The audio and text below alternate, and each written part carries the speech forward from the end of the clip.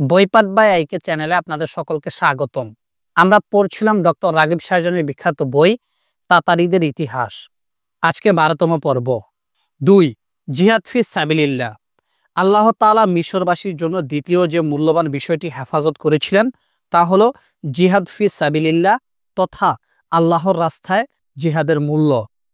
তৎকালীন মিশরীয় মুসলমানগণ যে জাতি নিজের অস্তিত্বকে টিকিয়ে রাখতে চায় তাদের জন্য জিহাদ ফি সাবিলিল্লাহকে অত্যন্ত গুরুত্বপূর্ণ মনে করত। অর্থনৈতিক মহাসংকট, অস্তিত্বে আঘাত ও শক্তিমত্তা হারিয়ে যাওয়ার পূর্ব পর্যন্ত তাদের কাছে জিহাদ ফি সাবিলিল্লাহর মূল্য হারিয়ে যায়নি। মিশরীয় মুসলমানদের এই অনুভূতি জাগ্রত থাকার বড় কারণ হলো সিরিয়া ও মিশরের উপর একের পর এক ক্রুসেড আক্রমণ। এসব অঞ্চলে স্থায়ী শান্তি বিরাজ করবে তারা এটাকে অসম্ভব মনে করত।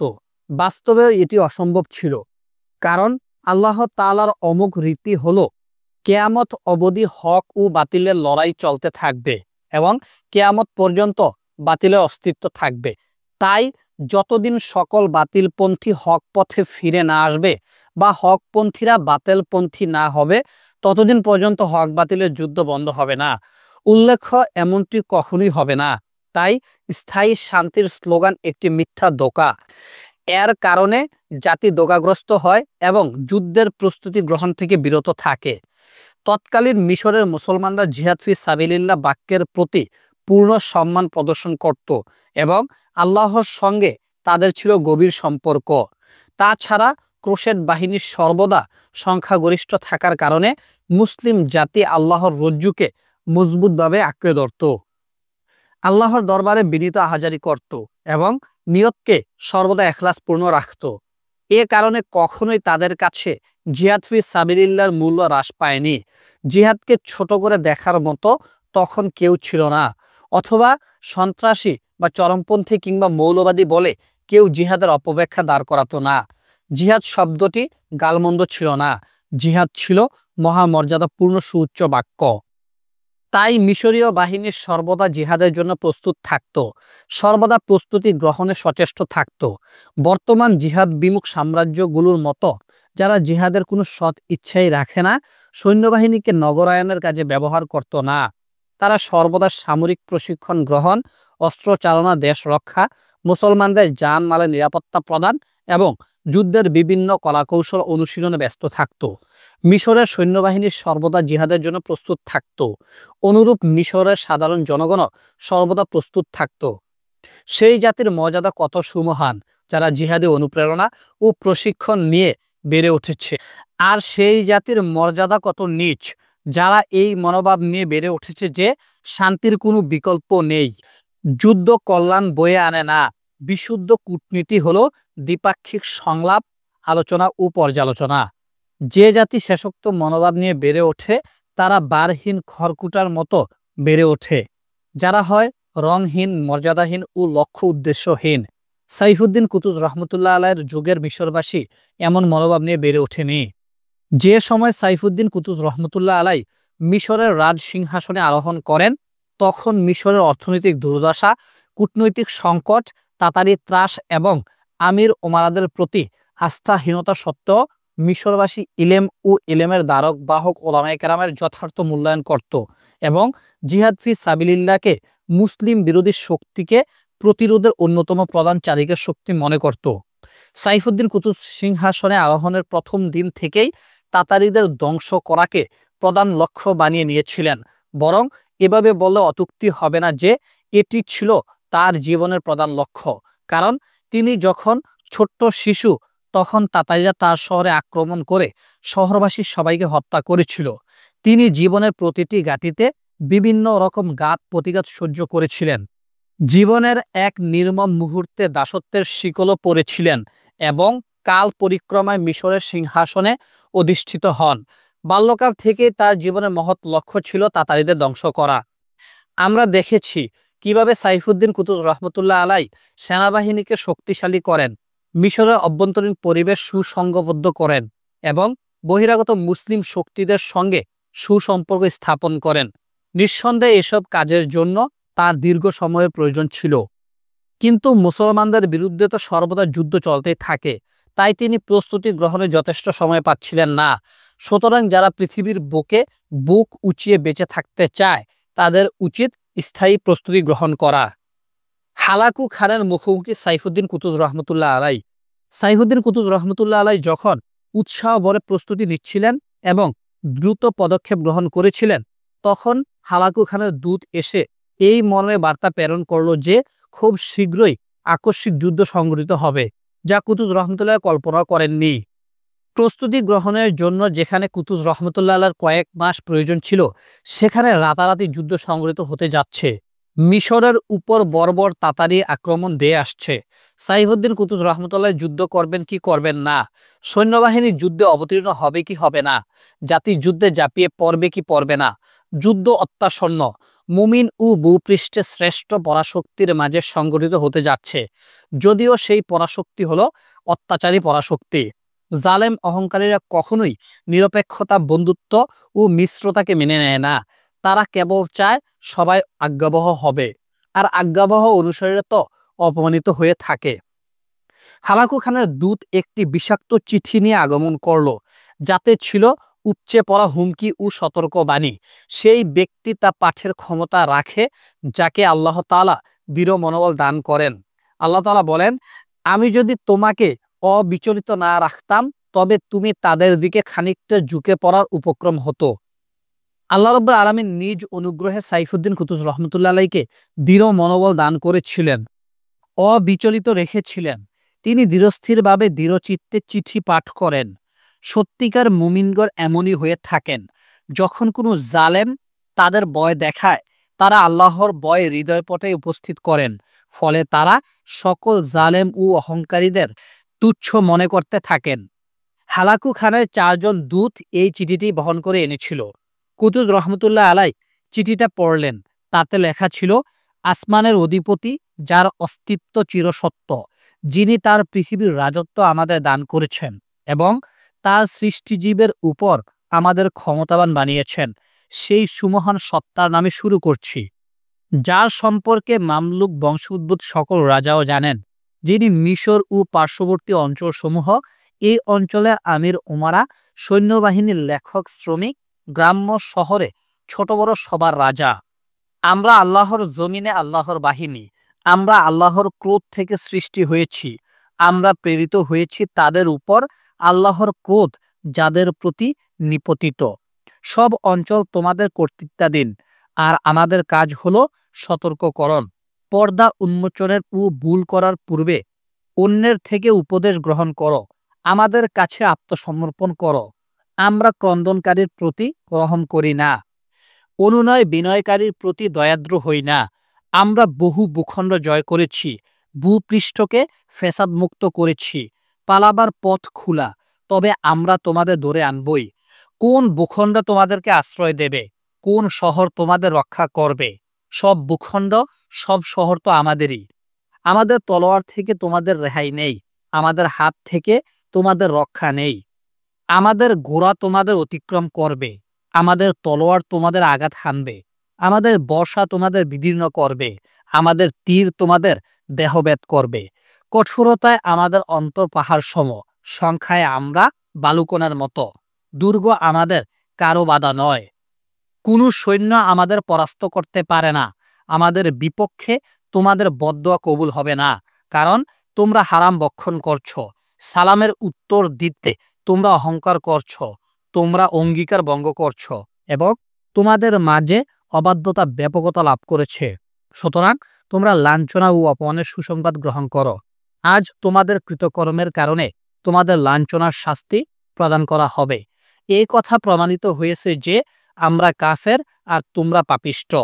তোমাদের উপর আমাদের সেই সত্তা চাপিয়ে দিয়েছেন যিনি সবকিছুর মালিক, যিনি সবকিছুর ফয়সালা করেন। তোমরা সংখ্যায় অনেক বেশি হলেও আমাদের কাছে নগণ্য। তোমাদের সম্মানিতরা আমাদের কাছে অপমানিত।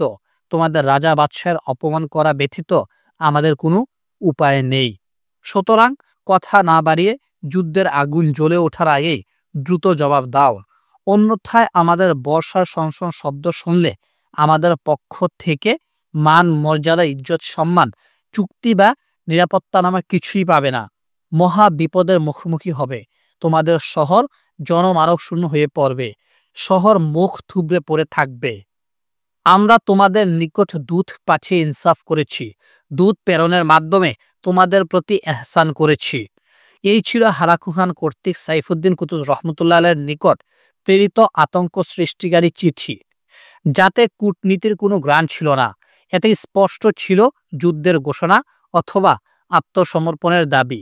আর আত্মসমর্পণ তো নিঃসন্দেহে অবমাননাকর, কারণ তাদের দাবি ছিল শর্তহীন তথা তাদের অধিকার তলবের কোনো সুযোগ ছিল না। সাইফুদ্দিন কুতুব রহমতুল্লাহ আলাই কাল বিলম্ব না করে তৎক্ষণাৎ একটি পরামর্শ সভার আয়োজন করেন। পরামর্শ সভায় উপস্থিত ছিলেন সেনাপতি, আমির ওমারা, মন্ত্রিপরিষদ তথা গুরুত্বপূর্ণ ব্যক্তিবর্গ। তাদের সঙ্গে হালাকু খানের ভয়াবহ প্রস্তাব নিয়ে পর্যালোচনা করেন। সবাই তিনি উল্লেখ করেন, আমাদের সামনে পথ দুটি, এক যুদ্ধ, দুই শর্তহীন আত্মসমর্পণ। সিদ্ধান্ত গ্রহণের বিষয়টি সাইফুদ্দিন কুতুব রহমতুল্লাহর সামনে খুব স্পষ্ট ছিল, তবে তিনি একা সিদ্ধান্ত নিতে চাননি। তিনি কখনো আত্মসমর্পণের পথ বেছে নেবেন না, কারণ তিনি খুব জানতেন অধিকার এমনি এমনি আসে না, অধিকার ছিনিয়ে নিতে হয়। সীমালঙ্ঘনকারী সৈন্যবাহিনীর কখনো প্রত্যাবর্তনে সন্তুষ্ট হয় না, বরং তারা বাধ্য হয়ে প্রত্যাবর্তন করে। সাইফুদ্দিন কুতুব রহমতুল্লাহ আলাই এর দৃষ্টিভঙ্গি ছিল দিবালোকের ন্যায় সুস্পষ্ট, কিন্তু পরামর্শ সভার যে সকল আমির উপস্থিত হয়েছিলেন তাদের বুঝ ও সমঝ এত উঁচু পর্যায়ে ছিল না। হ্যাঁ, তাদের কাছে দিনই মর্যাদাবোধ ছিল, তারা ইসলামকে প্রাণ উজাড় করে ভালোবাসতেন, অশ্বচালনা ও যুদ্ধশাস্ত্রে তারা ছিল বিজ্ঞ। তবে এবারের পরীক্ষা ছিল খুব কঠিন। বাস্তবে তাতার ও মিশরবাসীর মধ্যকার ব্যবধান ছিল বিস্তর। তাতার সাম্রাজ্য ছিল পূর্বে কোরিয়া থেকে পশ্চিমে বুলেন্দা পর্যন্ত বিস্তৃত। পক্ষান্তরে মিশর হলো ছোট্ট একটি রাষ্ট্র। তার যতই বড় হোক না কেন, পাশাপাশি অস্ত্র, সৈন্য ইত্যাদি বিষয়ে বিস্তর ব্যবধান ছিল। তাছাড়া তাতারি ত্রাস সর্বত্র ছড়িয়ে পড়েছিল, আর মুসলমানরা তাতারিদের হাতে নির্মম বলিতে পরিণত হয়েছিল। খাওয়ারেজম, আর্মেনিয়া, জুজিয়া, আব্বাসীয়, ইউরোপ ও সিরিয়ার মুসলমানরা তাতারি বাহিনীর কাছে শোচনীয় পরাজয় বরণ করেছিল। সে সময় আম খাস তথা সবার মাঝে একটি কথা ছড়িয়ে পড়েছিল। তারা বলতো, কেউ যদি তোমাকে এই সংবাদ দেয় যে তাতারিরা পরাজিত হয়েছে, তাকে সত্যবাদী মনে করো না। উল্লেখিত পূর্ব অভিজ্ঞতা ও বিশ্ব প্রেক্ষাপটের কারণে আমিরগঞ্জ সাইফুদ্দিন কুতুব রহমতুল্লাহের দৃষ্টিভঙ্গি গ্রহণ করতে দ্বিধান্বিত ছিলেন। তারা মনোবলহীনতায় ভুগছিল, কিন্তু সাইফুদ্দিন কুতুব রহমতুল্লাহের মাঝে কোনরূপ দ্বিধাদ্বন্দ্ব ছিল না। এমন পরিস্থিতিতে প্রজ্ঞাবান জননেতা কি করবেন? কিভাবে মানুষের অন্তর থেকে তাতারি ত্রাস দূর করবেন? কিভাবে এমন বিষয়ে সেনাপ্রধানকে আশ্বাস দেবেন যাকে তারা অসম্ভব মনে করেন?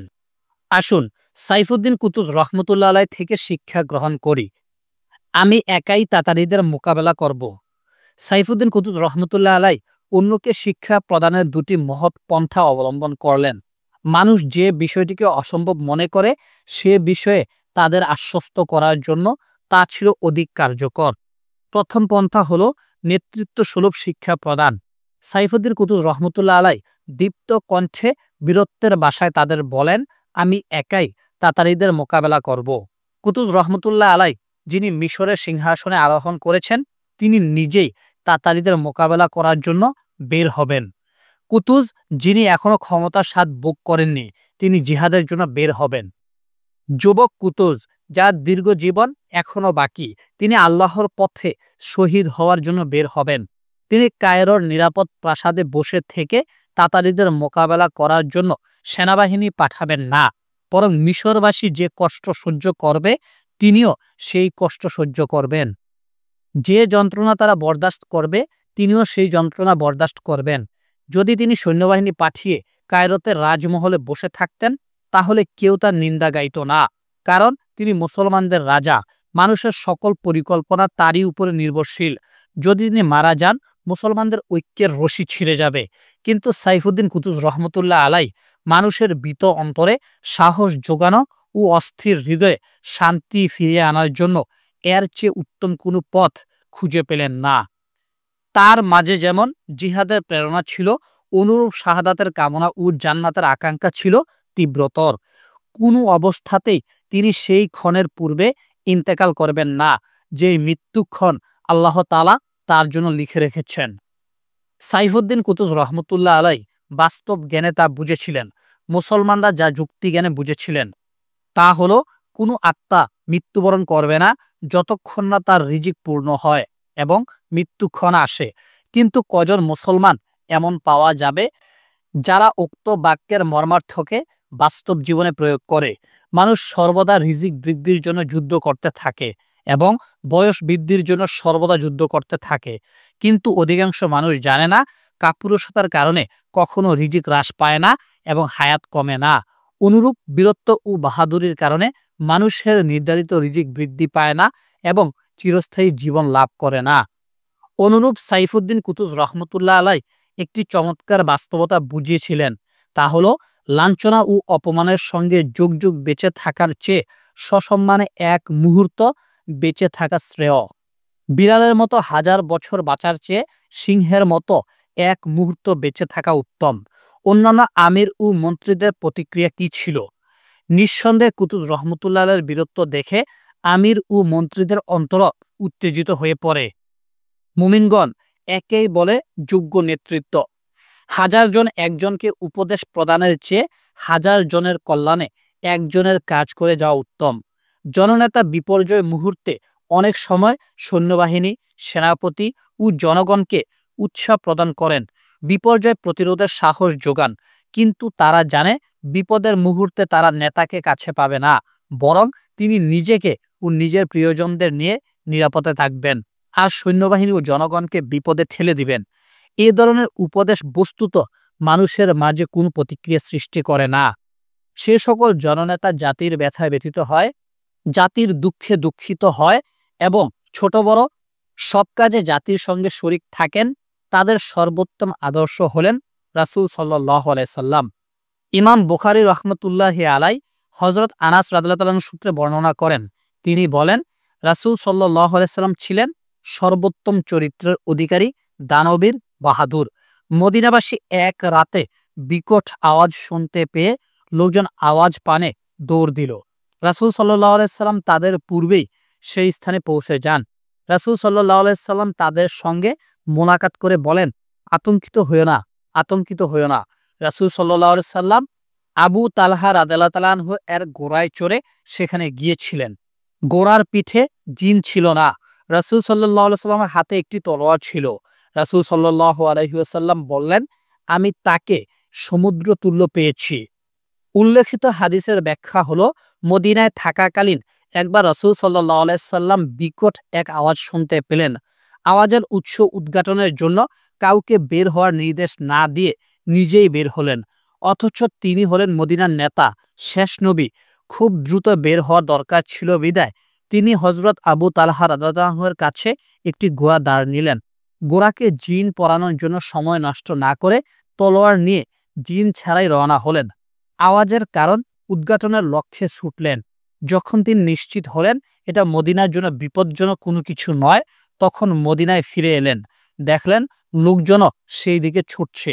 তিনি তাদের অভয় দিয়ে বললেন, আতঙ্কিত হইও না, আতঙ্কিত হওয়ার কিছু হয়নি। অতঃপর রাসূল সাল্লাল্লাহু আলাইহি সাল্লাম ধীর গতিতে প্রসিদ্ধ ঘোড়াটির প্রশংসামূলক বাক্য বললেন। তিনি বললেন, আমি তাকে সমুদ্র তুল্য পেয়েছি, অর্থাৎ ঘোড়াটির দ্রুততায় সমুদ্রের মতো সুবিশাল। ইবনে মাজাহ শরীফে এসেছে, হাদিসটির বর্ণনাকারী সাবেত রাদিয়াল্লাহু আনহু বলেন, আবু তালহা রাদিয়াল্লাহু আনহুর ঘোড়াটি খুব ধীরগতি সম্পন্ন ছিল। এরপর থেকে সেই ঘোড়াটিকে অন্য কোনো ঘোড়া পেছনে ফেলতে পারত না। হাদিসটিতে লক্ষণীয় হলো, রাসূল সাল্লাল্লাহু আলাইহি সাল্লাম নিজ উম্মতের ব্যথায় ব্যথিত হতেন, নিজের জান দিয়ে হলো তাদের রক্ষা করতে সচেষ্ট ছিলেন। অথচ বিশ্বের অধিকাংশ নেতৃবর্গ জাতিকে কাজে লাগিয়ে নিজেদের স্বার্থ উদ্ধার করেন, অথচ জাতির তরে নিজেদের স্বার্থ বিসর্জন দেন না। ইমাম আহমদ ইবনে হাম্বল রাদিয়াল্লাহু তাআলা আনহু হযরত আলী ইবনে আবু তালেব রাদিয়াল্লাহু তাআলা আনহু এর সূত্রে বর্ণনা করেন যে, তিনি বলেন, যখন প্রচণ্ড যুদ্ধ সংগঠিত হতো, যোদ্ধারা মুখোমুখি সংঘর্ষে লিপ্ত হতো, আমরা রাসূল সাল্লাল্লাহু আলাইহি সাল্লামের মাধ্যমে আত্মরক্ষা করতাম। সেদিন রাসূল সাল্লাল্লাহু আলাইহি সাল্লামের চেয়ে অধিক নিকটবর্তী কেউ হতো না। এরই নাম হলো যোগ্য নেতৃত্ব। সাইফুদ্দিন কুতুব রহমতুল্লাহ আলাইহির ঐতিহাসিক হুঙ্কার আমি একাই তাতারিদের মোকাবেলা করব শুনে সবার অন্তরে সাহস ফিরে আসে। জাতিকে সংঘবদ্ধ ও সুসংগঠিত করা, এটি ছিল কুতুব রহমতুল্লাহ আলাইহি কর্তৃক গৃহীত প্রথম পন্থা। কে ইসলামের তরে লড়বে যদি আমরা না লড়ি? সাইফুদ্দিন কুতুব রহমতুল্লাহ আলাইহি কর্তৃক গৃহীত অনুকূলে আনার দ্বিতীয় পদ্ধতি হলো মানব সৃষ্টির লক্ষ্য ও বেঁচে থাকার উদ্দেশ্য সম্পর্কে জাতিকে অবগত করানো। তিনি মানুষের জাগতিক লোভ লালসাকে আখেরাতের মহা সফলতার দিকে ফিরিয়ে দেন।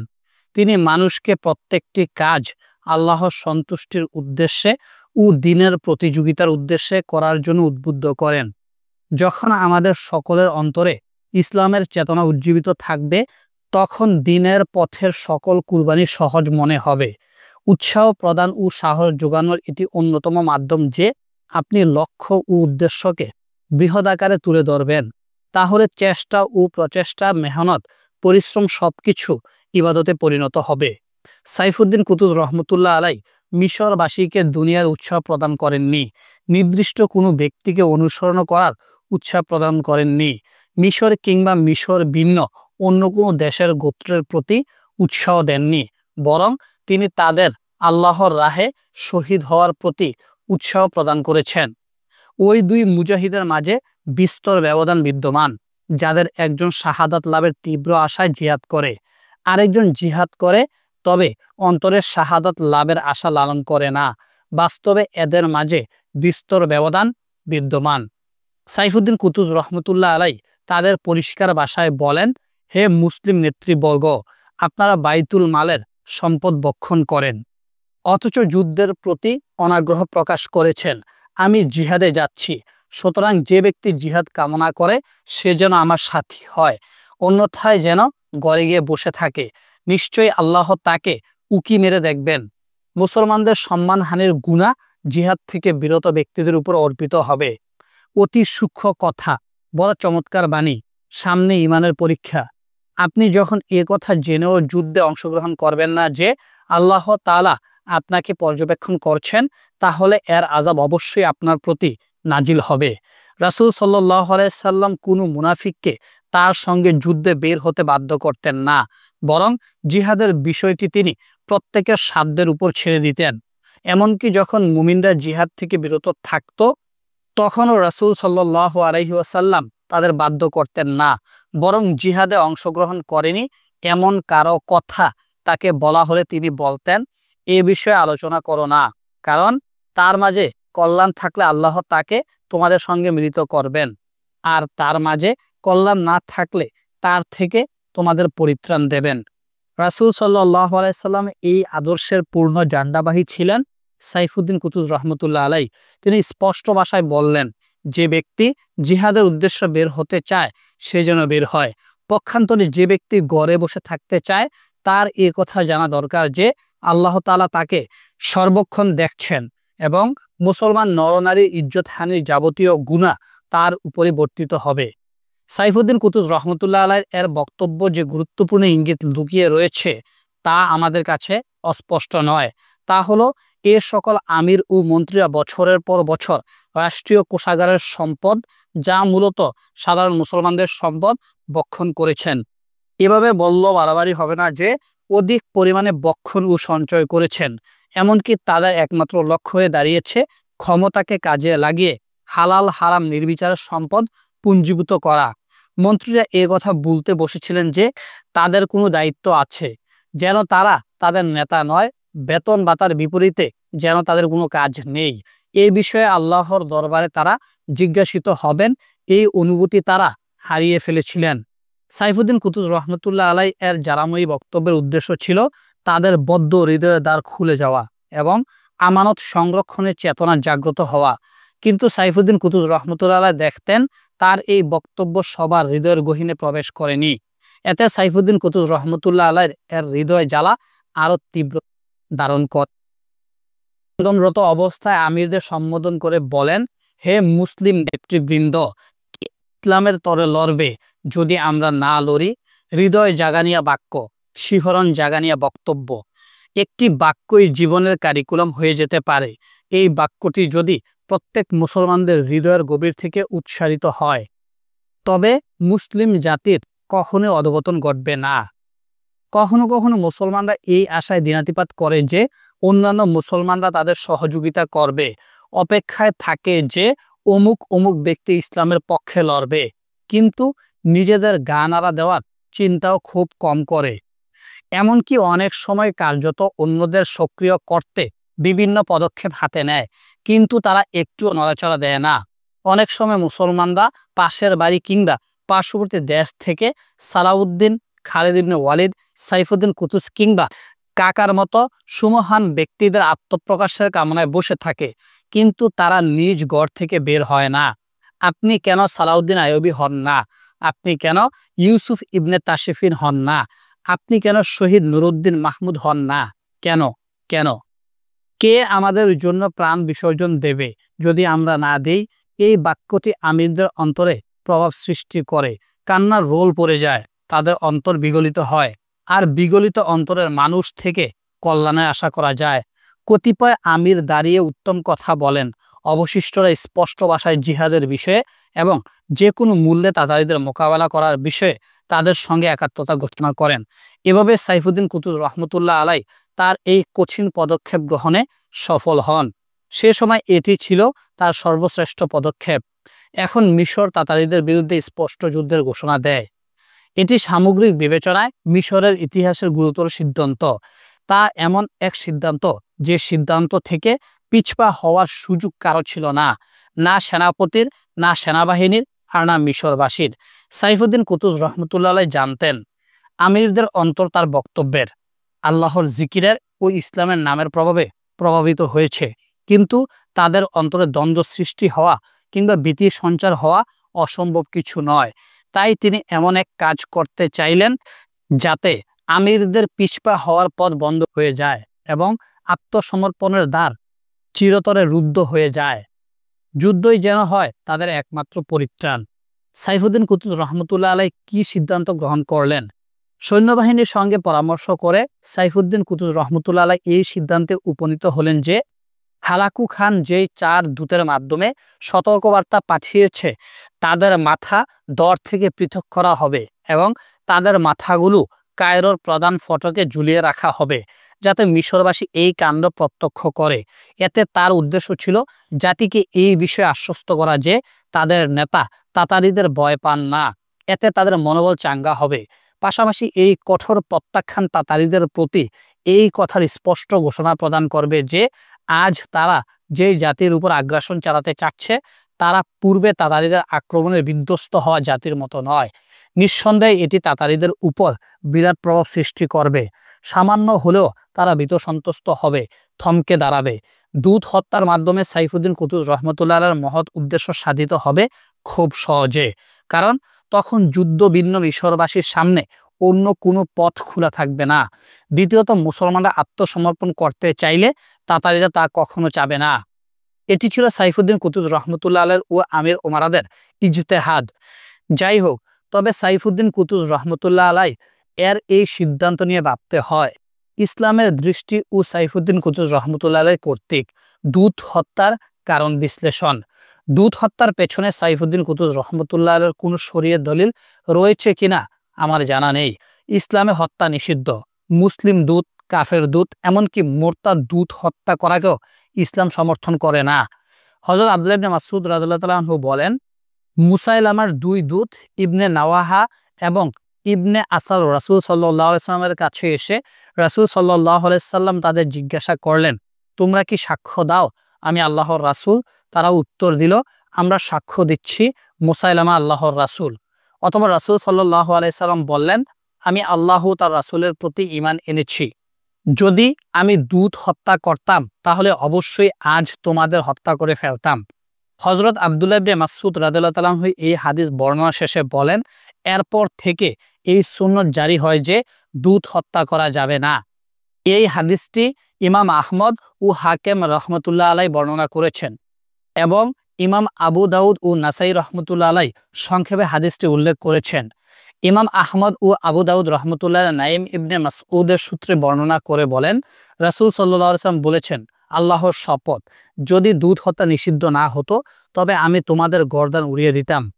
ইমাম শাওকানি রহমতুল্লাহ আলাই তার বিখ্যাত গ্রন্থ নাইমুল আওতার এ লেখেন, উক্ত দুটি হাদিস ইবনে মাসউদ রাদিয়াল্লাহু হাদিস ও নাইম ইবনে মাসউদ রাদিয়াল্লাহু হাদিস দুধ হত্যা হারাম হওয়ার জন্য প্রমাণ বহন করে। যদিও তারা ইমাম কিংবা সকল মুসলমানদের উপস্থিতিতে কুফরি কথা বলে, তাই ইসলামের শরীয় বিধান হলো দুধ হত্যা করা যাবে না। আমি জানি না শরীয়তের কোন দলিলের ভিত্তিতে সাইফুদ্দিন কুতুজ রহমতুল্লাহ আলাই তাতারী দুধদের হত্যা করেছেন। আমি এও জানি না যে তৎকালীন ওলামায়ে কেরাম কেন নীরবতা অবলম্বন করেছিলেন। হয়তোবা তারা এ বিষয়ে বিরোধিতা করেছিলেন, তবে আমাদের পর্যন্ত তা বর্ণিত হয়নি। অথবা এও হতে পারে যে যেহেতু তাতারীরা সকল নিয়ম নীতি আইন কানুন বিধিবিধান অঙ্গীকার প্রতিশ্রুতি ভঙ্গ করেছে, অগণিত নারী পুরুষ ও যুদ্ধের অনুপযুক্ত বৃদ্ধদের হত্যা করেছে, শুধু বাগদাদে 1 মিলিয়ন মুসলিম হত্যা করেছে, পূর্বাপর বহু শহরের হত্যাযোগ্য তো আছেই, ফলে হয়তো সেই দূতরা অভদ্র আচরণ ও অহংকার প্রদর্শনের পর তিনি ইজতিহাদ করেছেন। তবে আমার বক্তব্য হলো, আমরা জগতের গান্দা রাজনীতি অবলম্বনে কাফেরদের আদর্শ গ্রহণে বাধ্য নই। কাফেররা মুসলিম শিশুদের হত্যা করলে হত্যার বদলে হত্যা, এই অজুহাতে কাফের শিশুদের হত্যা করা মুসলমানদের জন্য জায়েজ হবে না। কাফেররা মুসলিম নারীদের সম্ভ্রম হানি করলে হত্যা করলে মুসলমানদের পক্ষে কাফের নারীদের সম্ভ্রম হানি করা বা তাদের হত্যা করার কোনো সুযোগ নেই। সম্ভ্রম হানি এমনি একটি ঘৃণিত কাজ, চাই সাধারণ নারী হোক বা যোদ্ধা নারী হোক। কাফেররা বিশ্বাসঘাতকতা করলেই মুসলমানদের জন্য বিশ্বাসঘাতকতা জায়েজ হয়ে যায় না। একই নিয়মে মুসলমানরা দুধ হত্যা করতে পারে না, অনুরূপ মুসলমানরা নিরাপত্তা গ্রহণকারী কাফের হত্যা করতে পারে না। দিন ইসলামকে দুনিয়ার গান্দা নিয়ম নীতি থেকে নিষ্কলুষ রাখতে, ইসলামের সুমহান আদর্শকে চির উন্নত রাখতে এবং ইসলামের আদর্শিক প্রভাব বিস্তারের মাধ্যমে কিয়ামত পর্যন্ত আগত মানব জাতিকে ইসলামের দিকে দাওয়াত দেওয়ার জন্যই এসব বিধান প্রণীত হয়েছে। সাইফুদ্দিন কুতুজ রহমতুল্লাহ আলাই ও তার নেতৃবর্গ দুধ হত্যা যে পদক্ষেপ গ্রহণ করেছিলেন তা আমাদের দৃষ্টিতে ইজতেহাদি ভুল। নিষ্পাপ আম্বিয়া আলাইহিসসালাম ব্যতীত ভুল মানব জীবনের অবিচ্ছেদ্য অংশ, তবে ভুল নির্ণয় করতে পারা গর্বের বিষয়। অর্থনৈতিক মহাসংকট, ঐক্য গঠন, যুদ্ধের চূড়ান্ত সিদ্ধান্ত গ্রহণ ও দুধ হত্যা শেষে সাইফুদ্দিন কুতুজ রহমতুল্লাহ আলাই খুব দ্রুত সৈন্যবাহিনীর প্রস্তুতি শুরু করেন, কারণ যুদ্ধ অতি সন্নিকটে। কিন্তু সাইফুদ্দিন কুতুজ রহমতুল্লাহ আলাই একটি মহা সংকটের মুখোমুখি হন, যা পূর্ববর্তী কোনো সংকটের চেয়ে ছোট নয়। একটু ভেবে দেখুন, সাইফুদ্দিন কুতুজ রহমতুল্লাহ আলাই 24শে জিলকদ 657 হিজরিতে মিশরের রাজ সিংহাসনে আরোহণ করেছেন, আর হালাকু খান তাতার সম্রাট মানকু খানের মৃত্যুর পর সিরিয়া অতিক্রমের পূর্বে চিঠি প্রেরণ করেন। আলেপ্পো নগরী পতনের কিছুদিন পর ও দামেস্ক বিজয়ের পূর্বে হালাকু খান সিরিয়া অতিক্রম করে। আলেপ্পো নগরীর সফর 658 হিজরিতে পতন ঘটে, আর দামেস্ক রবিউল আওয়াল 658 হিজরিতে পতন ঘটে। অর্থাৎ সাইফুদ্দিন কুতুজ রহমতুল্লাহ আলাই মিশরের নেতৃত্ব গ্রহণের মাত্র 3 মাস পর এই ঘটনা সংঘটিত হয়। মোট কথা, সাইফুদ্দিন কুতুজ রহমতুল্লাহ আলাই যাবতীয় পরিকল্পনা ও পদক্ষেপ মাত্র 3 মাসে গ্রহণ করেন। পক্ষান্তরে তিনি যেসব বিপদ ও সংকটের মুখোমুখি হয়েছিলেন সেগুলো থেকে উত্তম রূপে উত্তরণের জন্য কয়েক বছর বা কয়েক যুগের প্রয়োজন ছিল।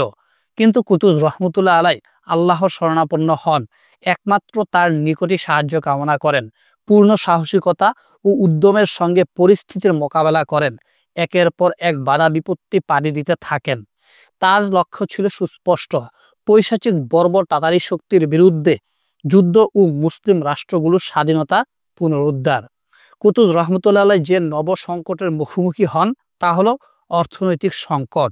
মুসলিম বাহিনী গঠনে প্রয়োজনীয় সরঞ্জামাদি প্রস্তুতকরণ, পুল নির্মাণ, দুর্গ ও ঘাঁটি প্রতিষ্ঠা, যুদ্ধে পর্যাপ্ত সেনা মোতায়েন, অবরোধকালে পর্যাপ্ত পানাহার সরবরাহ ইত্যাদি ছিল যুদ্ধের জন্য অত্যন্ত প্রয়োজনীয় বিষয়।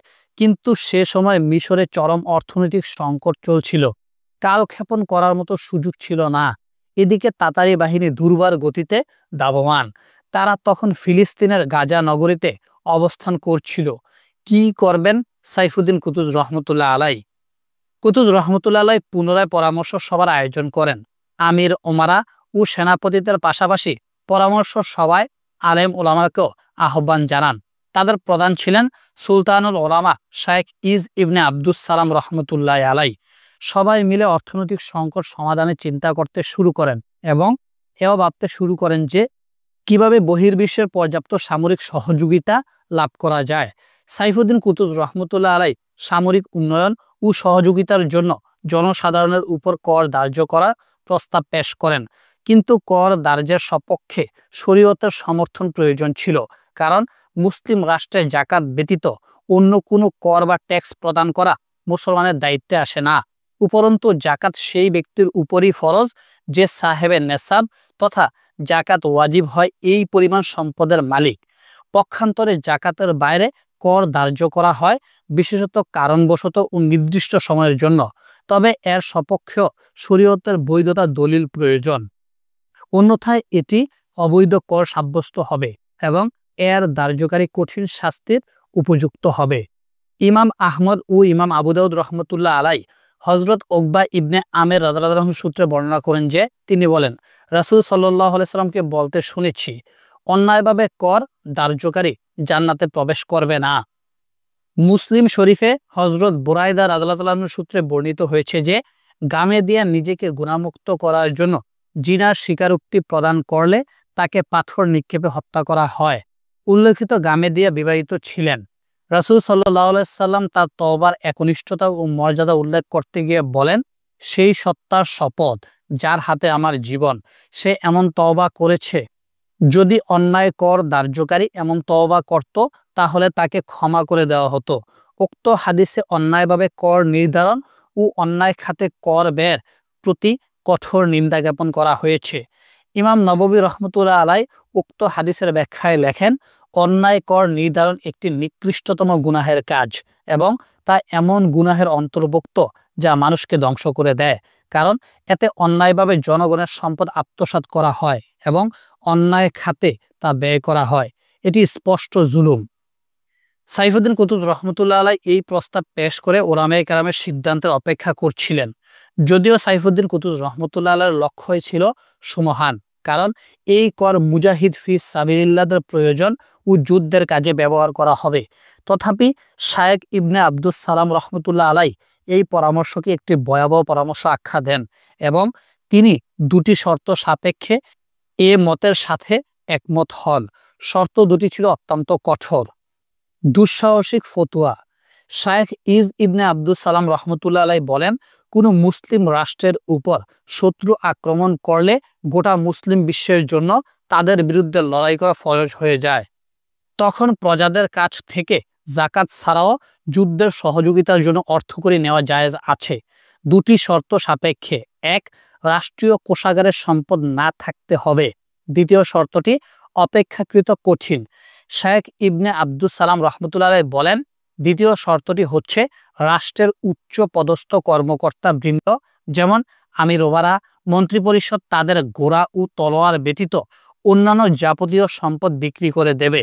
এক্ষেত্রে তারা সাধারণ প্রজাতুল্য বিবেচিত হবে। তাদের সম্পত্তি অবশিষ্ট থাকাকালে প্রজাদের সম্পদ নেওয়া যাবে না। দুঃসাহসিক ফতুয়া। শাইখ ইজ ইবনে আব্দুস সালাম রহমতুল্লাহ আলাই বলেন, রাজা প্রজা সকলে সম্পত্তিতে বরাবর না হলে কর ধার্য করা জায়েজ হবে না। আমির ও মন্ত্রীদের সম্পদ ব্যয় করে সৈন্যবাহিনী প্রস্তুত করতে হবে।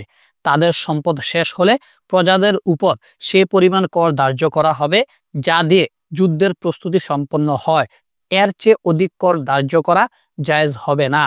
শায়েখ ইবনে আব্দুস সালাম রহমতুল্লাহ আলাই প্রদত্ত ফতুয়া দুঃসাহসিক ও আশ্চর্যজনক বটে, তবে কুতুব রহমতুল্লাহ আলাই কর্তৃক ফতুয়া মেনে নেওয়া ছিল আরও আশ্চর্যজনক। সাইফুদ্দিন কুতুব রহমতুল্লাহ আলাই সহাস্য বদনে শায়েখ ইজ ইবনে আব্দুস সালাম রহমতুল্লাহ আলাইয়ের কথা মেনে নেন এবং সর্বপ্রথম নিজেকে দিয়ে শুরু করেন। নিজের সম্পত্তি বিক্রি করেন এবং অন্যান্য আমিরদের শায়েখের কথা মতো আমল করার নির্দেশ দেন। সকলে নিজ সম্পত্তি বিক্রি করে দেয় এবং শরীয়ত সম্মত পদ্ধতিতে সামরিক প্রস্তুতি সম্পন্ন হয়। এতে মিশরবাসীর সামনে একটি আশ্চর্য তথ্য আবিষ্কৃত হয়। তা হলো মিশর খুবই সমৃদ্ধশীল রাষ্ট্র। তীব্র অর্থ সংকট সত্ত্বেও দেশে বিপুল অর্থ রয়েছে। মন্ত্রী এমপিদের পকেট রাষ্ট্রীয় টাকায় ভরা। কারো কারো সম্পদ অন্যান্য দেশের বাৎসরিক বাজেট সমপরিমাণ।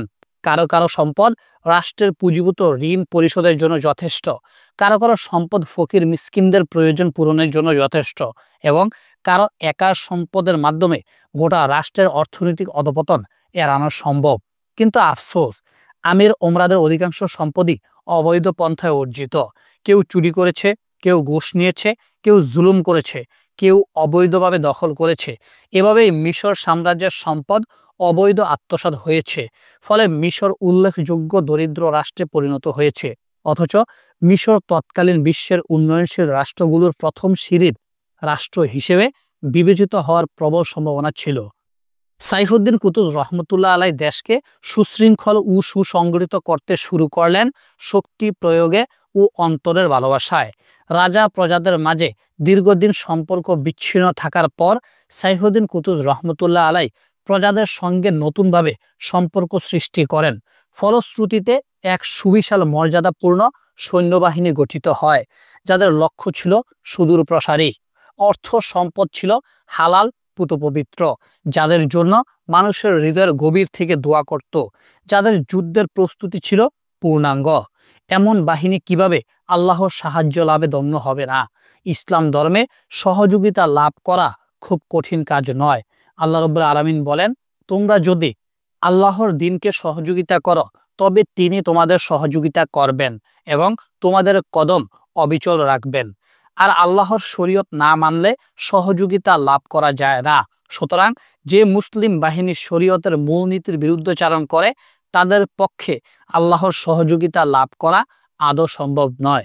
তাই সাহায্যের সূচনা মুসলমানদেরই করতে হবে, কারণ কোরআনে কারিমে প্রথমত মুসলমানদের আল্লাহকে সহযোগিতা করার কথা বলা হয়েছে, তাহলে আল্লাহর সহযোগিতা অবতীর্ণ হবে। এভাবেই মিশরের মুসলিম বাহিনী গঠিত হয় এবং যুদ্ধের পূর্ণ প্রস্তুতি গ্রহণ করে। আজকে 31তম পর্ব, ফিলিস্তিনে চূড়ান্ত জিহাদ। যুদ্ধের নকশা আঁকার সময় গনিয়ে এসেছে। সময় গনিয়ে এসেছে অস্ত্র হাতে তুলে নেওয়ার। সাইফুদ্দিন কুতুব রহমতুল্লাহ আলাই বিজয় ছিনিয়ে আনতে যুদ্ধের উত্তম পন্থা আবিষ্কারের জন্য সামরিক বাহিনীর সঙ্গে মিটিং করেন। সাইফুদ্দিন কুতুব রহমতুল্লাহ আলাই বক্তৃতা প্রদানের উদ্দেশ্যে দাঁড়িয়ে যান। বক্তব্যে তিনি সামরিক ছক সম্পর্কে তার দৃষ্টিভঙ্গি তুলে ধরেন। তার অভিমত শুনে সবাই যুদ্ধের জন্য দাঁড়িয়ে যান আর পিছিয়ে ফিরে তাকায় না। তার অভিমত সামরিক বাহিনীর মাঝে বিরাট প্রভাব সৃষ্টি করে। সাইফুদ্দিন কুতুব রহমতুল্লাহ আলাই কি চেয়েছিলেন? তিনি তাতারি বাহিনীর মোকাবেলার উদ্দেশ্যে কাল বিলম্ব না করে সৈন্যবাহিনী নিয়ে ফিলিস্তিনের উদ্দেশ্যে রওনা হওয়ার ইচ্ছা করেছিলেন। তিনি সিদ্ধান্ত নেন তাতারিরা মিশর আসবে, এই অপেক্ষা না করে নিজেই সৈন্যবাহিনী নিয়ে তাদের মোকাবেলা করতে বের হয়ে পড়বেন। কিন্তু অধিকাংশ আমির আপত্তি জানান। তাদের ইচ্ছা ছিল কুতুব রহমতুল্লাহ আলাই মিশরের থেকে তাদের মোকাবেলা করবেন। তাদের দৃষ্টিভঙ্গি ছিল মিশর আমাদের সাম্রাজ্য, ফিলিস্তিন আরেক সাম্রাজ্য। আমিরগণ স্থূল দৃষ্টি দিয়ে বিষয়টি বিবেচনা করেন, অর্থাৎ তারা ভাবেন যদি তাতারিরা মিশরে প্রবেশ না করে তাহলে আমরা রক্তক্ষয়ী যুদ্ধ থেকে বেঁচে গেলাম। পক্ষান্তরে আমরা যদি তাদের কাছে যাই তাহলে যুদ্ধ ও রক্তক্ষয় ব্যতীত কোনো ফায়দা হবে না। কিন্তু সাইফুদ্দিন কুতুব রহমতুল্লাহ আলাই এর দৃষ্টিভঙ্গি ছিল অধিক ব্যাপকতর। কুতুব রহমতুল্লাহ আলাই তাদের সঙ্গে পর্যালোচনা শুরু করেন এবং তাদের সামনে যুদ্ধের পরিকল্পনা এবং দৃষ্টিভঙ্গির গভীরতা তুলে ধরেন। কুতুব রহমতুল্লাহ আলাই তাদের সম্মুখে এমন কতিপয় সূক্ষ্ম বিষয়াদি তুলে ধরেন যা দীর্ঘদিন ধরে অধিকাংশ মিশরবাসী জানত না। 1. মিশরের জাতীয় নিরাপত্তা শুরু হয় পূর্ব সীমান্ত থেকে, মিশরের ভেতরাংশ থেকে নয়। অপরদিকে মিশরবাসী শক্তিশালী বিরোধী শক্তি ফিলিস্তিনে থাকতে কিভাবে নিরাপদ থাকতে পারে, তাই যুক্তির দাবি ছিল এই বিরোধী শক্তি যে কোনো দুর্বলতার সুযোগে আক্রমণ করে বসবে, পূর্ব সীমান্ত দিয়ে মিশর আক্রমণ করবে এবং কয়েক দিনের মাঝে সিনা উপত্যকা দখল করে ফেলবে। তাই ফিলিস্তিনে অবস্থানরত শক্তিশালী শত্রু বাহিনীকে দুর্বল করা ছিল সময়ের দাবি। তাদের সঙ্গে সরাসরি যুদ্ধ করে অথবা এমন লোকদের সহযোগিতা করে যারা সেখানে তাদের সঙ্গে লড়াই করবে, এটি ছিল বিবেক ও যুক্তির দাবি। 2. রণকৌশলের দাবি ছিল সাইফুদ্দিন কুতুব রহমতুল্লাহ আলাই শত্রুর মাটিতে যুদ্ধ করবেন, কারণ এতে শত্রুপক্ষের উপর নেতিবাচক প্রভাব পড়বে। ফলে কোনো কারণে মুসলিম বাহিনীর পরাজয় হলে নিরাপদে ফিরে আসার পথ খোলা থাকবে। পক্ষান্তরে মুসলমানগণ যদি মিশরের অভ্যন্তরে পরাজিত হয় তবে শত্রু বাহিনীর সামনে কায়রোর পথ উন্মুক্ত হবে। ৩. মুসলমানদের হাতে আকস্মিক আক্রমণের সুযোগ থাকলে তা অধিকতর কল্যাণকর হবে। তাই মুসলমানদের উচিত যুদ্ধের ক্ষণ ও স্থান শত্রুপক্ষ নির্ধারণ করার চেয়ে তারা নির্ধারণ করবে। শত্রুদের উপর আকস্মিক আক্রমণ করবে, কারণ আকস্মিক আক্রমণে জয়লাভ করার অধিক সুযোগ থাকে। তখন শত্রুরা পর্যাপ্ত প্রস্তুতি গ্রহণ করতে পারে না, পাশাপাশি এতে শত্রুরা মনোবল হারিয়ে ফেলে। ৪. এটি একটি অত্যন্ত গুরুত্বপূর্ণ পয়েন্ট। ফিলিস্তিন, Syria, Lebanon, Iraq, Afghanistan, Azerbaijan ও শিশান অঞ্চলের মুসলমানদের উপর মিশরের মুসলমানদের অনেক অবদান রয়েছে। তাই এসব অঞ্চলের মুসলমানদের নির্মমভাবে হত্যা করা হবে, তাদের সম্ভ্রমহানি হবে, ঘরবাড়ি জ্বালিয়ে দেওয়া হবে, অথচ মিশরের মুসলমানদের গায়ে আঘাত লাগবে না, এটা হতে পারে না। ফিলিস্তিন ও অন্যান্য মুসলিম রাষ্ট্রের মুসলমানদের সহযোগিতায় এগিয়ে আসা মিশরের মুসলমানদের জন্য নফল বা মুস্তাহাব নয়, বরং তা ফরজ। শুধু ফরজই নয়, বরং ফরজে আইন। শত্রুরা ফিলিস্তিন রাষ্ট্রকে অন্ধকার রাজ্যে পরিণত করেছে, কাজেই ফিলিস্তিনবাসীর জন্য যুদ্ধে অবতীর্ণ হওয়া অপরিহার্য হয়ে দাঁড়িয়েছে। যদি তারা যুদ্ধে অবতীর্ণ না হয় তাহলে পার্শ্ববর্তী মুসলিম রাষ্ট্রগুলো তথা মিশর, সিরিয়া, জর্ডান, লেবানন ইত্যাদির উপর এই দায়িত্ব অর্পিত হবে। মিশর ও পার্শ্ববর্তী অঞ্চলসমূহ যদি এই দায়িত্ব পালনে পিছপা হয় তাহলে অপেক্ষাকৃত দূরবর্তী দেশসমূহের উপর এই দায়িত্ব আবর্তিত হয়। এভাবে এক পর্যায়ে ভূপৃষ্ঠের প্রত্যেক মুসলমানদের উপর যুদ্ধে অবতীর্ণ হওয়া আবশ্যকীয় হয়ে দাঁড়ায়। ৪ নম্বর সূক্ষ্ম বিষয়টি বড়ই ভয়াবহ। কোনো ভূখণ্ডের মুসলমানদের ইজ্জতহানি হলে অন্যান্য দেশে মুসলমানদের নীরবতা অমার্জনীয় অপরাধ ও শরীয়ত বিরুদ্ধ। এ কারণে সাইফুদ্দিন কুতুজ রহমতুল্লাহ আলাই ফিলিস্তিন, সিরিয়া ও অন্যান্য মুসলমানদের সহযোগিতায় এগিয়ে আসেন। ৫. তাতারিদের দিক থেকে বিবেচনা করলেও এতে মুসলমানদের কল্যাণ নিহিত রয়েছে, কারণ তাতারিরা ইসলাম কবুল না করলে কিংবা কর প্রদানে অস্বীকৃতি জানালে মুসলমানদের জন্য যুদ্ধে অবতীর্ণ হওয়া আবশ্যক হয়ে পড়বে। আর মুসলিম ভূখণ্ডে এমন বর্বর বাহিনীর বিরুদ্ধে যুদ্ধে অবতীর্ণ হওয়া সত্যি বড় বিপদ। অন্যদিকে এই ফিতনাকে নির্মূল করা মুসলমানদের জন্য আবশ্যকীয়, কারণ পৃথিবীর আনাচে কানাচে ইসলামের সম্প্রসারণ ঘটানো, ইসলামী শিক্ষার ব্যাপক প্রসার ঘটানো এবং সব মানুষের হাত ধরে আল্লাহর পথে নিয়ে আসা মুসলমানের দায়িত্ব। আল্লাহ রাব্বুল আলামিন বলেন, হে মুসলিমগণ, তোমরা সেই শ্রেষ্ঠতম দল, মানুষের কল্যাণের জন্য যাদের অস্তিত্ব দান করা হয়েছে। তোমরা পুণ্যের আদেশ করে থাকো ও অন্যায় কাজে বাধা দিয়ে থাকো এবং আল্লাহর প্রতি ঈমান রাখো। বুখারী শরীফে এসেছে, হযরত আবু হুরায়রা রাদিয়াল্লাহু তাআলা আনহু উক্ত আয়াতের ব্যাখ্যায় বলেন, মানুষের জন্য সর্বোত্তম মানুষ তারা যাদের বেরি পরিয়ে তোমাদের কাছে নিয়ে আসা হয় বন্দি করে, অথবা তারা ইসলাম গ্রহণ করে। হাদিসের মতলব হলো ইসলামের ব্যাপক বিজয় সাধন হওয়া। প্রথমে মানুষ আক্রমণকারী মুসলমানদের ঘৃণা করবে, অতঃপর যখন ইসলামের হাকিকত জানতে পারবে তখন তারা ইসলামের সুশীতল ছায়াতলে আশ্রয় গ্রহণ করবে এবং এর মাধ্যমে তারা চিরস্থায়ী জাহান্নাম থেকে মুক্তি পাবে এবং চিরস্থায়ী জান্নাতে প্রবেশ করবে। পক্ষান্তরে যারা স্ব অবস্থায় বহাল থাকবে, মূর্তি, বাঁশ, গরু, আগুন বা মানুষের পূজা করতে থাকবে, তারা জান্নাতে প্রবেশ তো দূরের কথা, জান্নাতের ঘ্রাণও পাবে না। যেমন আল্লাহ রাব্বুল আলামিন বলেন, নিশ্চয়ই আল্লাহ এই বিষয়ে কাউকে ক্ষমা করেন না যে তার সঙ্গে কাউকে শরীক করা হোক, এর চেয়ে নিচের যে কোনো বিষয়ে যাকে ইচ্ছা ক্ষমা করেন। উল্লেখিত 5টি কারণে সাইফুদ্দিন কুতুজ রহমতুল্লাহ আলাই মিশরের পরিবর্তে ফিলিস্তিন যুদ্ধক্ষেত্র স্থানান্তরের ইচ্ছা পোষণ করেন। অন্যদিকে সাইফুদ্দিন কুতুজ রহমতুল্লাহ আলাই এ কথা জানতেন যে মিশরের তাতারি বাহিনীর জন্য অপেক্ষা করার মাঝে কিছু সুবিধা রয়েছে। যেমন তাতারি বাহিনী ফিলিস্তিন থেকে মিশরের দিকে স্থানান্তরিত হলে দীর্ঘ পথ পাড়ি দিয়ে যুদ্ধের সরঞ্জামাদি বহন ও অপরিচিত স্থানে গমন ইত্যাদি ঝুঁকি তাদের নিতে হবে।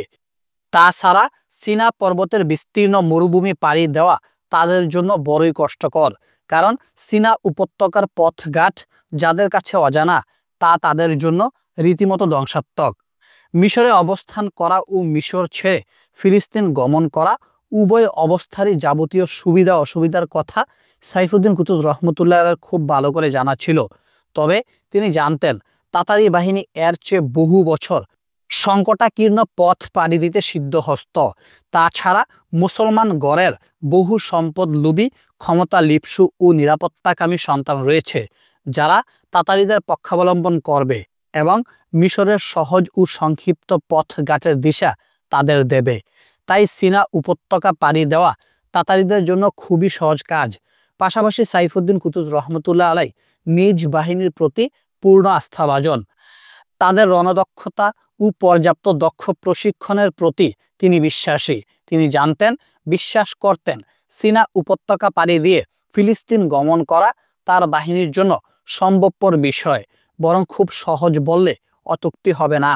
উক্ত সকল বিষয় বিবেচনা শেষে ফিলিস্তিন গমনের বিষয়টি চূড়ান্ত বিবেচিত হয় এবং সামরিক সভায় উপস্থিত ঊর্ধ্বতন সকল কর্মকর্তার সঙ্গে একমত পোষণ করেন। এরপর সাইফুদ্দিন কুতুব রহমতুল্লাহ আলাই সৈন্যবাহিনী প্রস্তুতকরণ, সিনা উপত্যকা পাড়ি দেওয়ার প্রস্তুতি ও যুদ্ধের চূড়ান্ত প্রস্তুতি গ্রহণ শুরু করেন। ঈমান সবচেয়ে বড় শক্তি। স্বঘোষিত যুদ্ধের ক্ষণ অত্যাসন্ন, শুধু নেতা কিংবা সৈন্যবাহিনীর জন্য নয়, বরং গোটা জাতির জন্য তা অত্যন্ত গুরুত্বপূর্ণ। জাতির উচিত এই গুরুত্বপূর্ণ যুদ্ধের জন্য পূর্ণ প্রস্তুতি গ্রহণ করা। জাতির উচিত খেলতামাশার জীবন ছেড়ে মেহনত, মুজাহাদা ও সংগ্রামী জীবনযাপন করা। উচিত অন্তরে জিহাদের তীব্র আকাঙ্ক্ষা লালন করা। তবেই তাদের সম্মুখে জীবনের মূল লক্ষ্য স্পষ্ট প্রতিভাত হবে। এমন কতিপয় মানুষের স্বঘোষিত যুদ্ধে ঝাঁপিয়ে পড়া উচিত যারা আল্লাহর জন্য হবে একনিষ্ঠ। কখনো কখনো কতিপয় মুনাফিক মুখে জিহাদের বুলি উড়ায় আর অন্তরে মুসলমানদের প্রতি বিদ্বেষ লালন করে। সাময়িক রাজনৈতিক স্বার্থ সিদ্ধির জন্য তারা এই কাজ করে। স্বার্থ উদ্ধার হলে তারা কেটে পড়ে, তখন তাদের মুখে জিহাদের বাণী আর শোনা যায় না। এসব মুনাফিক চাটুদার বক্তা ও কলম সৈনিক জিহাদের মতো গুরুত্বপূর্ণ কাজের উপযুক্ত নয়। তাই ওলামায়ে উম্মত ও ফুকাহায়ে কেরামের উচিত তাতারিদের বিরুদ্ধে জিহাদের প্রকাশ্যে ডাক দেওয়া। শাইখ ইজ ইবনে আব্দুস সালাম ও তার সাথী সঙ্গে ওলামায়ে কেরাম মসজিদের মিম্বরে আরোহণ করে জিহাদের জ্বালাময়ী বক্তব্যে মানুষের অনুভূতি জাগিয়ে তোলেন। তারা মানুষকে জান্নাতের স্বপ্ন দেখান, দুনিয়া বিমুখ করে তোলেন, তাদের মাঝে শাহাদাতের সুদাপানের তীব্র আকাঙ্ক্ষা সৃষ্টি করে। তাদের বিখ্যাত মুসলিম মুজাহিদদের কথা স্মরণ করিয়ে দেন। তাদের খালেদ, কাকা, ওয়াজির ও নোমানের কথা স্মরণ করিয়ে দেন। তাদের তারেক বিন জিয়াদ, মুসা ইবনে নুসাইর, ইউসুফ ইবনে নাশিফিন, ইমাদউদ্দিন জঙ্গি, নুরুদ্দিন মাহমুদ ও সুলতান সালাউদ্দিন আইয়ুবী রহমতুল্লাহের কথা স্মরণ করিয়ে দেন। তাদের বদর, খন্দক, ফাতহে মক্কা, ইয়ারমুক, কাদেসিয়া ও নাওহন্দ যুদ্ধের কথা স্মরণ করিয়ে দেন। তাদের হিপ্তিনের যুদ্ধের কথা স্মরণ করিয়ে দেন, যা মাত্র ৭৫ বছর পূর্বে সংঘটিত হয়েছিল, এবং তাদের মানসুরা ও ফারেস্কুর যুদ্ধের কথা স্মরণ করিয়ে দেন, যেই যুদ্ধ দুটি মাত্র ১০ বছর পূর্বে সংগঠিত হয়েছিল। মুসলিম জাতির হৃদয়াত্মা জেগে ওঠে, হৃদয় কোণে লুকিয়ে থাকা সুপ্ত বীরত্ব তীব্রাকার ধারণ করে। হে সত্যিকারের মুমিনগণ, আজ মিশরবাসীর জেগে ওঠা খুব জরুরি ছিল। গাফলতির চাদর সরিয়ে কোমর সোজা করে দাঁড়াবার খুব দরকার ছিল। পরবর্তী প্রজন্ম ও যুবক শ্রেণীতে জান্নাত, জিহাদ ও শাহাদাত ফি সাবিলিল্লাহ প্রেরণায় উজ্জীবিত করা আবশ্যকীয় ছিল। সকল পিতামাতার দায়িত্ব ছিল সন্তানদের জিহাদের চেতনায় উদ্দীপ্ত করা এবং দিন, ধর্ম ও ঈমান আমল বিধ্বংসী কার্যকলাপ থেকে তাদের দূরে রাখা। পর্দার আড়ালের নারীদের জিহাদের মর্যাদা ও ফজিলত সম্পর্কে জ্ঞান অর্জন করা খুব দরকার। তবে তারা স্বামীদের জিহাদে বের হতে উদ্বুদ্ধ করতে ও সহযোগিতা করতে পারবে এবং স্বামীর অনুপস্থিতিতে সন্তানদের যথাযথ লালন পালন করতে পারবে। তারা যেন সর্বদা তাদের মৃত্যু তথা শাহাদাতের সংবাদকে সংবর্ধনা জানায় ধৈর্যের সাথে, প্রতিদান লাভের আশায় বরং আনন্দ চিত্তে। সত্যি শহীদরা জান্নাতের সুউচ্চ মাকামে অবস্থান করবে। জিহাদের জন্য মিশরবাসীর প্রস্তুতি গ্রহণ ছিল অত্যন্ত গুরুত্বপূর্ণ বিষয়। সাদামাটা কিংবা হাস্যকর বস্তু ছিল না।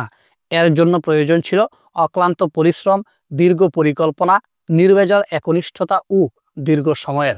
কারণ এসব বস্তু ব্যতীত জাতি কখনো জিহাদের জীবন, যুদ্ধের জীবন ও অবরুদ্ধ জীবনে ধৈর্য ধারণ করতে সক্ষম হবে না। বন্ধুরা, বিষয়টি অতি গুরুত্বের দাবিদার। তাদের হাতে আনন্দ, বিনোদন, খেল তামাশা বা ক্রীড়া কৌতুকের সময় ছিল না। এর মানে এই নয় যে শরীয়ত সম্মত আনন্দ, বিনোদন, খেল তামাশা ও ক্রীড়া কৌতুককে আমি হারাম বলছি। আমার উদ্দেশ্য হলো মুজাহিদদের জীবনযাপন অন্যদের জীবনের মতো নয়। মুজাহিদদের জীবন কঠোর পরিশ্রমী। হ্যাঁ, তাতে সামান্য বিনোদন থাকে। তাদের জীবন আনন্দ বিনোদনে ভরপুর সেই জীবন নয় যাতে সামান্য পরিমাণ কষ্ট থাকে। যে কোনো জাতির মৌলিক অবকাঠামো ও চিন্তা শক্তির উন্নতি সাধনে এমন তরবিয়ত ও প্রশিক্ষণ অত্যন্ত জরুরি। এর জন্য প্রয়োজন সুদক্ষ প্রশিক্ষক ও সুযোগ্য অভিভাবক এবং এর বাস্তবায়নে ওলামায়ে কেরামের ভূমিকা শিরোধার্য। এই দায়িত্ব আঞ্জাম দিতে আজহার বিশ্ববিদ্যালয়ের ওলামায়ে কেরাম এগিয়ে এসেছিলেন। তারা এই কথা উপলব্ধি করেছেন যে কেবল বিভিন্ন সভা সেমিনারে অংশগ্রহণ, রাজা বাদশাদের মনোরঞ্জন ও মানব জীবনের মৌলিক চাহিদা পূরণই তাদের লক্ষ্য নয়, বরং তাদের দায়িত্ব ও কর্তব্য হলো মানব জাতিকে শরীয়ত সম্মত পদ্ধতিতে আল্লাহর খাঁটি বান্দায় পরিণত করা। আজহার বিশ্ববিদ্যালয়ের ওলামায়ে কেরাম সালাউদ্দিন আইয়ুবী রহমতুল্লাহ আলাইহ মিশরে সুন্নি মাযহাব প্রতিষ্ঠা করার পর থেকে এই ভূমিকা পালন করে আসছেন। এই ভূমিকা তারা ক্রুশের আক্রমণ, তাতারি আগ্রাসন এবং পরবর্তী খ্রিস্টানদের সঙ্গে সংগঠিত যুদ্ধ, মিশরে ফ্রান্স আক্রমণ, ব্রিটিশদের আক্রমণ এবং ইহুদি আক্রমণের সময় পালন করে এসেছেন। মহান আল্লাহ রাব্বুল আলামিন যেন ওলামায়ে আজহারের এই পদক্ষেপকে উম্মতের প্রতিটি সংকট ও বিপদ মুহূর্তে বলবৎ রাখেন। আমিন। মিশরবাসী যুদ্ধের জন্য পূর্ণ প্রস্তুত। দীর্ঘ 5 মাস ব্যাপী রবিউল আওয়াল 658 হিজরি থেকে রজব 658 হিজরি পর্যন্ত সৈন্যবাহিনীর প্রস্তুতি ও মুজাহিদদের অনুশীলন সম্পন্ন হয়। এই সময়ের মধ্যে বহুল প্রতীক্ষিত তাতারি যুদ্ধের পথকে সুগম করতে সাইফুদ্দিন কুতুজ রহমতুল্লাহ আলাইহ একটি চমৎকার কূটনৈতিক প্রচেষ্টার আশ্রয় নেন। সেখানে ফিলিস্তিন, লেবানন ও সিরিয়ার বেশ কিছু অংশ রয়েছে, বিশেষত ভূমধ্য সাগরের কিনারা, যেগুলো ক্রুসেড সাম্রাজ্যের দখলে ছিল। তখন আক্কা, হাইফা, সিদুন, বাইরুত, লাজিকিয়া, আন্তাকিয়া সহ অনেক অঞ্চলে ক্রুসেড আধিপত্য বিস্তৃত ছিল। এসব অঞ্চলের মধ্যে ফিলিস্তিনের আক্কা নগরী সর্বাধিক শক্তিশালী ছিল। এই নগরীটি সাইফুদ্দিন কুতুজ রহমতুল্লাহ আলাইহ যে পথে ফিলিস্তিন আগমন করবেন সে পথেই অবস্থিত। কুতুজ রহমতুল্লাহ আলাইহ আক্কা নগরীর খ্রিস্টানদের সঙ্গে কি করবেন? আসুন কুতুজ রহমতুল্লাহ আলাইহির সঙ্গে আপনিও ভাবুন। 1. তাতারিরা যেমন মুসলিম উম্মাহর শত্রু, অনুরূপ খ্রিস্টানরাও মুসলিম উম্মাহর শত্রু। এমনকি খ্রিস্টানরা ইসলামের জন্য তাতারিদের চেয়ে অধিক ক্ষতিকর। কারণ তাতারিদের আক্রমণ হলো বর্বরোচিত, লক্ষ্য উদ্দেশ্যহীন, নীতিমালাহীন। জ্বালাও পোড়াও, ধ্বংস করো, এই তাদের লক্ষ্য। পক্ষান্তরে খ্রিস্টানদের সঙ্গে মুসলমানদের যুদ্ধ হলো আকীদা বিশ্বাসের যুদ্ধ। তারা অন্তরে মুসলমানদের প্রতি কঠিন ঘৃণা লালন করে। ইসলামকে নির্মূল করাই থাকে তাদের একমাত্র উদ্দেশ্য। আর তাতারিরা তো যে কোনো মানুষ ও যে কোনো সভ্যতার বিরুদ্ধে মোকাবেলা করে। আর খ্রিস্টানদের হীন লক্ষ্য হলো মুসলিম রাষ্ট্রগুলোর উপর আধিপত্য বিস্তার করা এবং মুসলিম জনপদ, চাইতে ফিলিস্তিন বা সিরিয়া কিংবা লেবানন হোক, গাঁট পেতে বসা। এই হীন উদ্দেশ্য সাধনে প্রয়োজনে তারা মুসলিম বাহিনীকে ধ্বংস করতে পারে, প্রয়োজনে গোটা মুসলিম জাতিকে বিলুপ্ত করতে পারে। তাতারিরা জনপদ ধ্বংস করে চলে যায়, সে অঞ্চলে আর অবস্থান করে না। পক্ষান্তরে খ্রিস্টানরা অধ্যুষিত অঞ্চলে স্থায়ীভাবে বসবাস শুরু করে। মোট কথা, খ্রিস্টানদের বিরোধিতা হলো আকীদাগত বিরোধিতা। তারা যুদ্ধ করে দেশ জনপদ ধ্বংসের জন্য নয়, বরং সেখানে স্থায়ীভাবে বসবাস করার উদ্দেশ্যে।